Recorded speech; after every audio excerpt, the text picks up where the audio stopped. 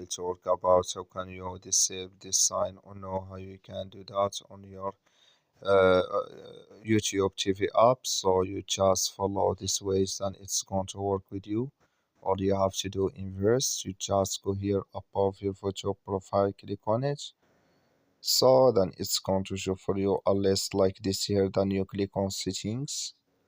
Then it's going to take you to next here. It's going to show for you like this. Then you go down. You just click here on sports.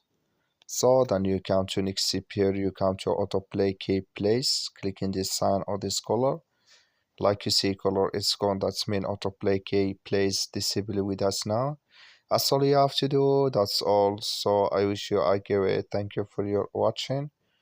So don't forget to support us by liking, subscribe. So you just follow these ways, then it's going to work with you. So thank you for your watch.